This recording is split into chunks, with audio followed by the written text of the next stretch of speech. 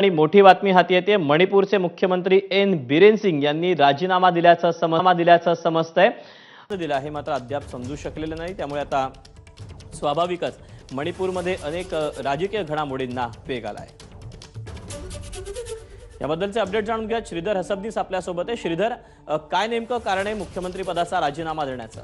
असं आहे की उद्यापासून मणिपूरच्या विधानसभेचं अधिवेशन सुरू होतंय आणि तिथला जो हिंसाचार आता सध्या सुरू आहे त्यावर विरोधक तिथं अविश्वासदर्शक ठराव आणण्याच्या आता तयारीत आहेत। त्यामुळेच आज सकाळपासूनच दिवसभरच घडामोडी घडत होत्या। आज सकाळी बिरेन यांनी गृहमंत्री अमित शहांची सुद्धा भेट घेतली आणि आता त्यांनी राजीनामे दिल्याचं आपल्याला समजतंय। ते त्यासाठी राज्यपालांकडेही आता पोहोचल्याचं आपल्याला कळतंय। श्रीधर, धन्यवाद दिलेल्या सविस्तर माहितीबद्दल।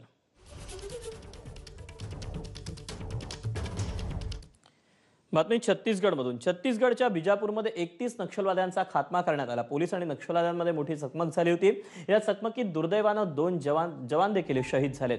गडचिरोलीला लागून असलेल्या बिजापूरच्या इंद्रावती जंगलात चकमक